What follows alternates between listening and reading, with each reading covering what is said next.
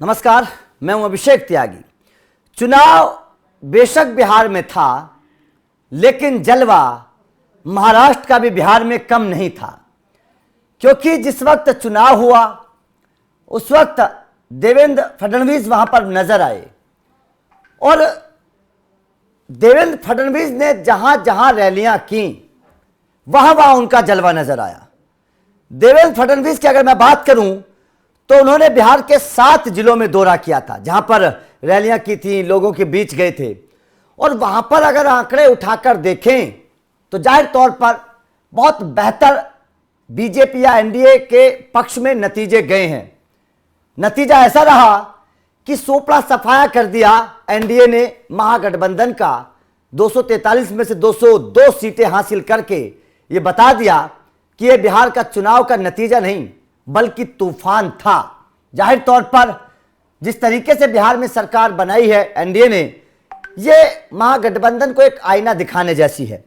नीतीश कुमार पटना के गांधी मैदान में पहुंचे, प्रधानमंत्री नरेंद्र मोदी के साथ हाथ मिलाया और अभिवादन करके 10वीं बार बिहार के मुख्यमंत्री के तौर पर शपथ ली।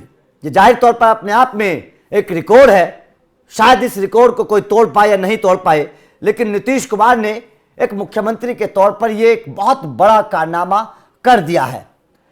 लेकिन इस बिहार के जिस वक्त शपथ ग्रहण समारोह हो रहा था, इस शपथ ग्रहण समारोह के बाद उप मुख्यमंत्री एकनाथ शिंदे वहां पर नजर आए। एकनाथ शिंदे से एनएमएफ न्यूज के रिपोर्टर सुमित तिवारी ने बातचीत की।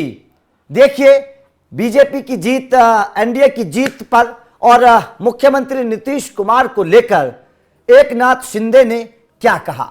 कैसा लग रहा है यहाँ पर शपथ ग्रहण के बाद आकर? बहुत बढ़िया, आज का खुशी का बहुत दिन। क्या कहना चाहेंगे? 10वीं बार नीतीश कुमार ने शपथ लिया है। 10वीं बार रिकॉर्ड ब्रेक कर दिया है नीतीश कुमार जी ने, उनका अभिनंदन। प्रधानमंत्री नरेंद्र मोदी जी का अभिनंदन। उन पर भरोसा रखकर बिहार की जनता ने लैंडस्लाइड विक्ट्री दी है और बिहार की जनता को भी बहुत बहुत अभिनंदन। हरियाणा जीत के बाद, महाराष्ट्र जीत के बाद विपक्ष अभी सुपड़ा साफ होएगा ही, क्योंकि जंगल राज नहीं चाहिए लोगों को, विकास राज चाहिए। तो आपने देखा एकनाथ शिंदे ने साफ तौर पर बिहार की जनता को बधाई दी है और ये कहा है कि ये बिहार का बड़ा जनादेश था। अब केवल महाराष्ट्र नहीं बल्कि धामी सर वहां पहुंचे, प्रधानमंत्री नरेंद्र मोदी वहां पहुंचे, कई दिग्गज नेताओं ने नीतीश कुमार के शपथ ग्रहण समारोह में शिरकत की। जाहिर तौर पर एक बहुत बड़ी संख्या गांधी मैदान में मौजूद थी, जिससे पता लगाया जा सकता है। और लोग बड़े कह सकते हैं कि जोश में थे, लोग जश्न मना रहे थे, ढोल नगाड़े बज रहे थे, लोग डांस कर रहे थे। यह नीतीश कुमार का एक जलवा ही था, जिसके बाद आप देख सकते हैं गांधी मैदान पूरी तरीके से पटा हुआ था, लोगों की भारी भीड़ वहां पर मौजूद थी। शपथ ग्रहण समारोह हो चुका है, लेकिन एकनाथ शिंदे से एक चीज पर और सवाल पूछा गया और जाहिर तौर पर बिहार की जनता को लेकर, इस बहुत बड़े मैंडेट को लेकर एकनाथ शिंदे ने एक बार फिर से क्या कहा, एक बार जरा सुनिएगा। बहुत ही आज खुशी का माहौल है और मैं आज के शपथ ग्रहण समारोह में आदरणीय प्रधानमंत्री नरेंद्र मोदी जी का भी अभिनंदन करता हूं और मुख्यमंत्री नीतीश कुमार जी और उनके सभी साथियों का बहुत बहुत हृदय से अभिनंदन करता हूं।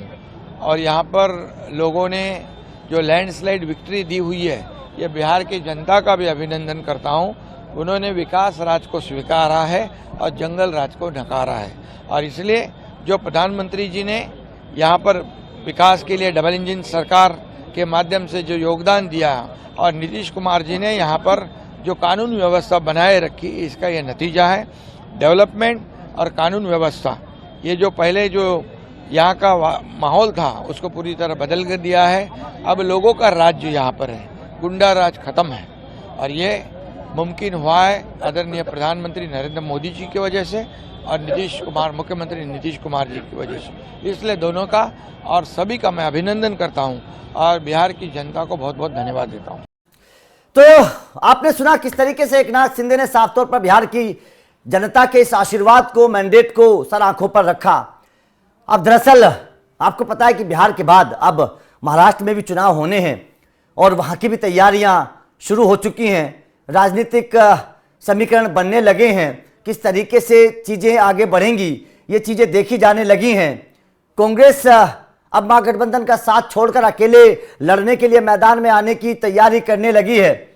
ऐसे में बीजेपी को भी अपनी ताकत दिखानी होगी और महाराष्ट्र में जो चुनाव होने वाले हैं उन चुनावों में अपना दम दिखाना होगा। लेकिन अगर मैं बिहार के नजरिए से देखूं, देवेंद्र फडणवीस की ताकत को समझने की अगर हम कोशिश करें, तो देवेंद्र फडणवीस ने जिन 7 जिलों में दौरा किया था उनमें सारण, सिवान, पटना, मुजफ्फरपुर, सहरसा, खगड़िया और समस्तीपुर शामिल हैं। जाहिर तौर पर उन्होंने 1 और 2 नवंबर को कई सभाएं और रोड शो यहां पर किए थे। लोक जनशक्ति पार्टी के मुखिया चिराग पासवान के रोड शो में भी देवेंद्र फडणवीस शामिल हुए थे। और अगर इन 7 जिलों को देखें, इन 7 जिलों को में जो विधानसभा सीटें हैं, अगर उन विधानसभा सीटों को देखें तो बीजेपी को उन सीटों पर बम्पर, या फिर एनडीए को उन सीटों पर बम्पर बहुमत मिला है, बम्पर जीत मिली है। मतलब साफ है कि एक तरफ चर्चा योगी आदित्यनाथ की होती है कि योगी आदित्यनाथ जहां जहां जाते हैं वहां बीजेपी को जिताते हैं, पार्टी की सरकार बनवाते हैं। उसी तरीके से देवेंद्र फडणवीस हैं, लोग उनको सुनते हैं, उनकी बातों को पसंद करते हैं। जिस तरीके से वो हिंदुत्व की बात करते हैं उस बात को लोग अपनी सराखों पर रखते हैं, पसंद करते हैं और फिर उनके बातों पर भरोसा करके उन्हें वोट देते हैं। क्योंकि अगर आप इन 7 जिलों की सीटों को देखेंगे तो इन 7 जिलों की विधानसभा सीटों पर एनडीए को भारी संख्या में बहुमत मिला है, भारी संख्या में सीटें मिली हैं। जाहिर तौर पर यह बताता है कि देवेंद्र फडणवीस को न केवल महाराष्ट्र में बल्कि बिहार में भी लोग कितना पसंद करते हैं, उनकी बातों को सुना जाता है, उनकी बातों पर भरोसा किया जाता है। और उसी का नतीजा है कि आज 10वीं बार बिहार के मुख्यमंत्री के तौर पर नीतीश कुमार ने शपथ ली और उप मुख्यमंत्री एकनाथ शिंदे वहां पर पहुंचे। हालांकि देवेंद्र फडणवीस इस मौके पर नहीं आ पाए, लेकिन एकनाथ शिंदे यहां पर उप मुख्यमंत्री के तौर पर पहुंचे और उनके बयान से साफ तौर पर पता चलता है कि किस तरीके से वो बिहार की इस जनता के मैंडेट को सराखों पर रखते हैं। क्योंकि किसी भी राजनीतिक पंडित को यह उम्मीद नहीं थी शायद कि एनडीए को बिहार में इतना भारी बहुमत मिलेगा।